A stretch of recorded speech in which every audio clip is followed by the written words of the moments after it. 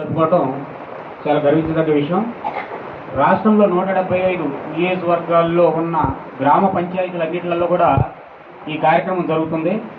దీని యొక్క ముఖ్య ఉద్దేశం ఏంటంటే గ్రామంలో ఉన్న సమస్యలను గ్రామ ప్రజల నుంచి ఫీడ్బ్యాక్ తీసుకొని అది గ్రామంలో ఉన్న సిబ్బంది ఎవరైతే ఉంటారో ఇది పంచాయత్ సెక్రటరీ గారు కానీ అలాగే రెవెన్యూ డిపార్ట్మెంట్ వచ్చేసి ఈఆర్ఓ గారు బాగుండేది చెప్పాలి ఏదైనప్పుడు కూడా ఆయన కూడా ఇష్టపడాలి. ఎందుకంటే ఈ గ్రామంలో వారసత్వ భూములు ఉన్నాయి. అంటే తండ్రి చనిపోయిన తర్వాత అవి కుటుంబంలో ఉన్న వాళ్ళకి చెందాలి.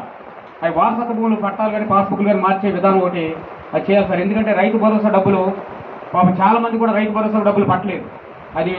అది మీరు వీఆర్ఓ గారు వచ్చిన తర్వాత అవసరమైతే మొన్న పెద్దలందరం కూడా కూర్చొని ఒకసారి మాట్లాడతాం.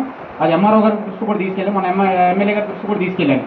ఈ వారసత్వ భూములు ఒకటి పరిష్కారం చేయాలి. అదేవిధంగా ఈ డ్రైనేజీలో ఒకటి ప్రతి సమస్య ఏంటంటే ఈ డ్రైనేజ్ సిస్టమ్ అది కూడా మీరు పరిష్కరించాలి.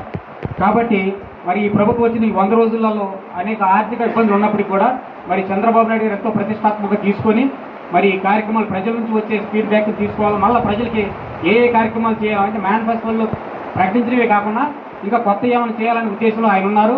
మరి ఆ రోజు సూపర్ 6 అనే కార్యక్రమాలు మొదలు పెట్టారు. ఇది ఎలక్షన్ ముందు మేనిఫెస్టోలో పెట్టారు. దాంట్లో మరి దరిదాపుగా 4 కార్యక్రమాలు అయితే 6 కార్యక్రమాలు దిగ్విజయంగా సాగుతున్నవి. ఒకటి పెన్షన్ విధానం, ఒకటి తర్వాత ల్యాండ్ టైటిలింగ్ కూడా వచ్చిన వెంటనే మరి ఆ రోజు మరి ముఖ్యమంత్రిగా ఉన్న మాజీ ముఖ్యమంత్రి ఉన్న జగన్మోహన్ రెడ్డి గారు ఆ రోజు ల్యాండ్ టైటిలింగ్ యాక్ట్ మీద ఆయన పట్టాదారు పుస్తకం మీద ఆయన బొమ్మ వేసుకోవటం, మరి ఆ భూములన్నీ కూడా విలువైన భూములన్నీ కూడా మరి వరల్డ్ బ్యాంక్ తాకట్టు పెట్టాలనే ఉద్దేశంతో ఆయన టైటిలింగ్ యాక్ట్ తీసుకురావడం, ఆ టైటిలింగ్ యాక్ట్ని రద్దు చేసి మళ్ళా చంద్రబాబు నాయుడు గారు అది ఎవరి బొమ్మ ఉండకూడదు, అది రైతుల భూమి కాబట్టి రైతులకే చెందుతుంది కాబట్టి అని చెప్పి ఉద్దేశంతో మళ్ళీ యథావిధిగా అది ప్రవేశపెట్టడం.